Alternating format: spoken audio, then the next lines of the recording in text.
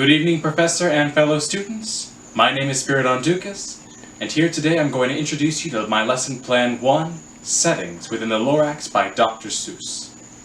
As per this week's subject, we've been discussing Dr. Seuss's great books, with the Lorax being the main center for our discussion. On day 1, we discussed Seuss's legacy, the many books he's created and the impact he's had. On day 2, taking the same book, we discussed mostly the characters and how their roles take place within the story and move it along. Here on day 3, it's time for one of the bigger aspects, the setting of the book. These settings, despite them being rather zany, are a little closer to home than many people realize. In the case of the Lorax, our ever-changing world is greatly impacted in a similar mannerism due to consumerism and all other sorts of things. And for this reason, the students will take their own idea from what they've read in the book and be able to create an art piece. An art piece reflecting what they believe to be the setting with the animals, the characters, trees, fauna, flora, everything they can remember.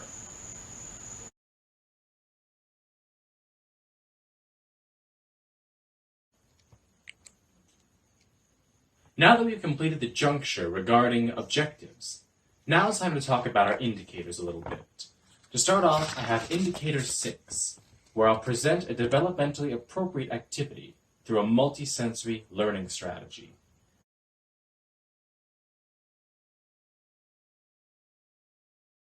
Now before we begin this segment of the lesson, we're going to start with a recap of what we learned on Monday and Tuesday.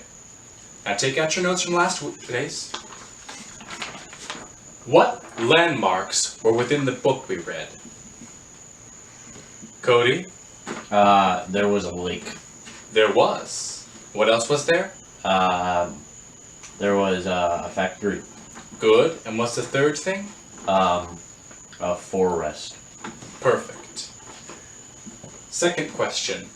What were the animals? You don't have to say their specific names, you just have to give a general idea.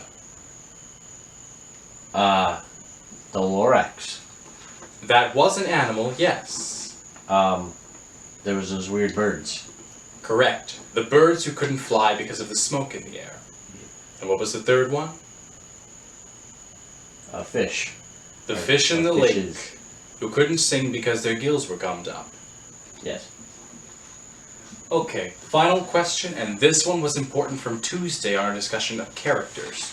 Do you remember who is the protagonist or the hero of the story? The Lorax. Good job. And here's a harder one. Who is the antagonist or the villain of the story? The Winsler. The Onceler. Onceler. Because he was a one-time only deal. Oh, that makes sense.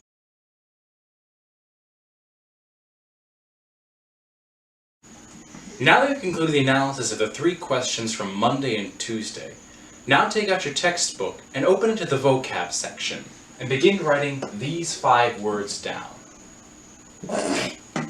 Now what we've got going on here is setting. Settings are where the story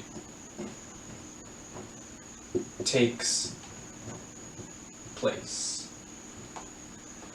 In our case, it takes place within the Tropula Forest. Our location is our specific point in the setting. A location, which is typically mostly shown in this book, is a section of the forest where the workshop is built by the Onceler. One of the important factors we'll learn is pollution, the damaging of an ecosystem.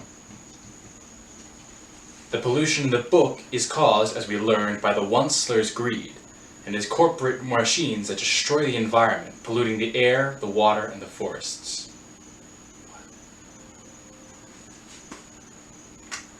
Next is the environment.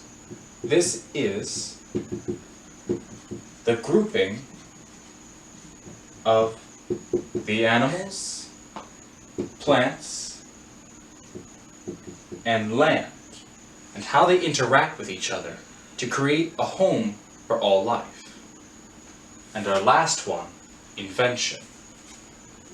Something that is created to make life simpler or sometimes more in stride. Now, do you remember what was the invention in the book, little Timmy? This is called wait time. The thing that harvested the trees. Close. The main invention was the thneed. The sweater that could be a sock, a hat, or anything you chose. Don't worry, that's not going to be too important to remember. It's gonna be on the test? Probably not. Okay. Ooh. It'll be there. Oh. These 5 words are down, or do you need a little more time? No, I wrote them in my textbook. You don't have your textbook? No, I wrote them in my textbook. You wrote them in your textbook. Yes.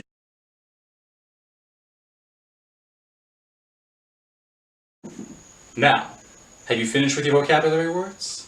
Yes. Perfect. Keep them on your desk, because now we're going to move on to the next segment of the assignment. We are going to be making our own settings. What I want you to do is with a large piece of paper, you're either going to work individually or in small groups of no more than 3. You're going to take any picture from the book or anything you remember from the book if you want, and you're going to draw it out. Use the full piece of paper and do your best to be creative with this. You will be graded at the end, but it's not just the picture you're doing.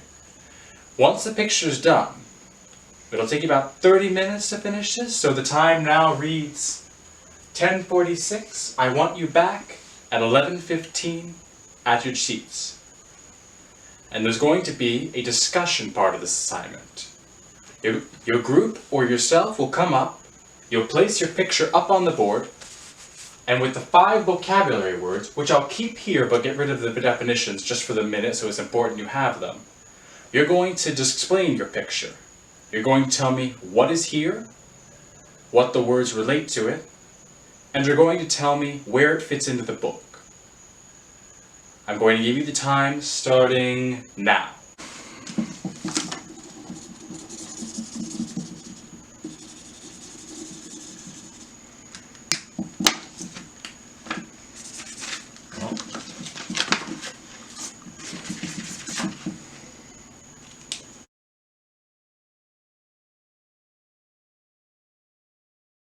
Now that we've gotten underway with the project, it's time to talk about indicator number 16, where I shall circulate around the room and assist students individually.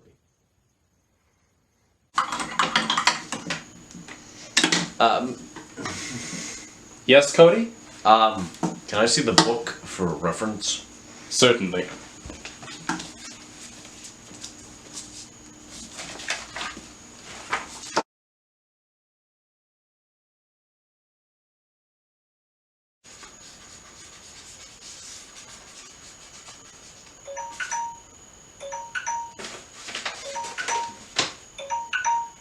Time's up, students.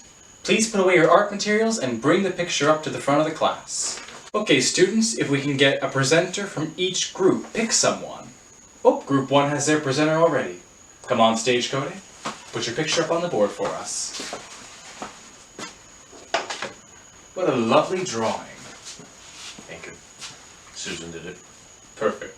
Now will you begin the explanation for us? And don't forget your 5 vocabulary words. Those are important for your grade. Here I have the scene that we chose, illustrated by Susan. I did Melvin, right there. He's a donkey. Wonderful. The setting is the forest with the trees.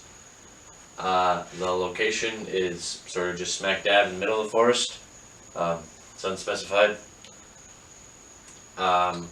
Pollution has yet to happen because he has not made his invention, the Smeed. So The thneed. the Thneed Yes, sir. is not made the Thneed yet. So no pollution has happened, and then the environment is nice and pretty because there's no pollution because he hasn't made his invention yet. And his invention is what? A Sneed. Perfect. You may return to your seat now, and the next group can come up.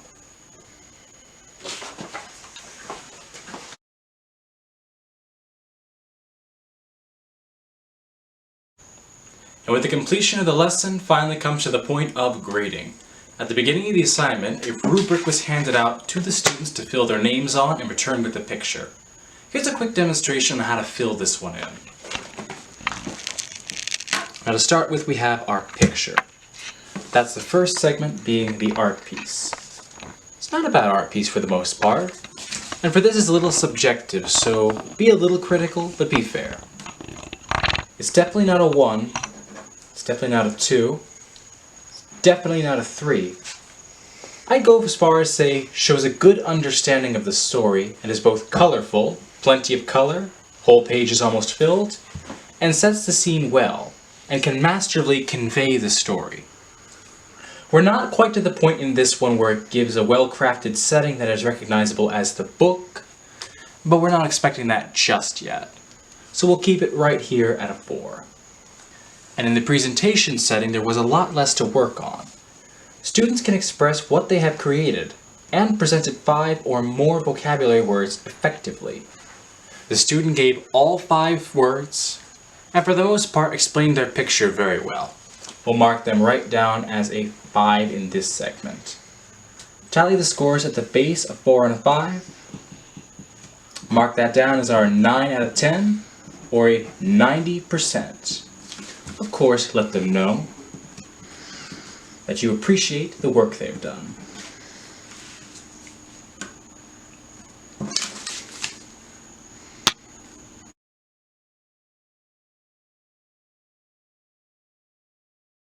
And with that, we've reached nearly the end of our lesson, kids. Now, before we finish up and pack up to go to PE and lunch, I want you to take out your notebooks and begin this last section. I want you to open up to the part where you had your questions and write these ones down. How does the Onceler use his surroundings to get to his goal?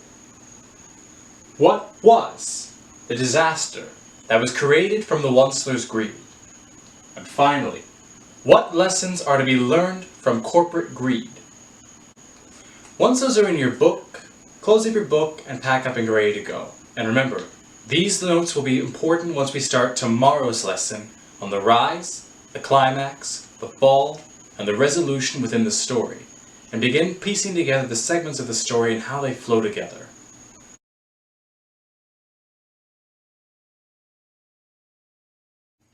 And with that, we've concluded our lesson for the day. We've evaluated, we've assessed, we've gone through our indicators, we started with an objective, and we've reached a mastery level. I think we've concluded it for now, and I look forward to meeting you again for Lesson Plan 2.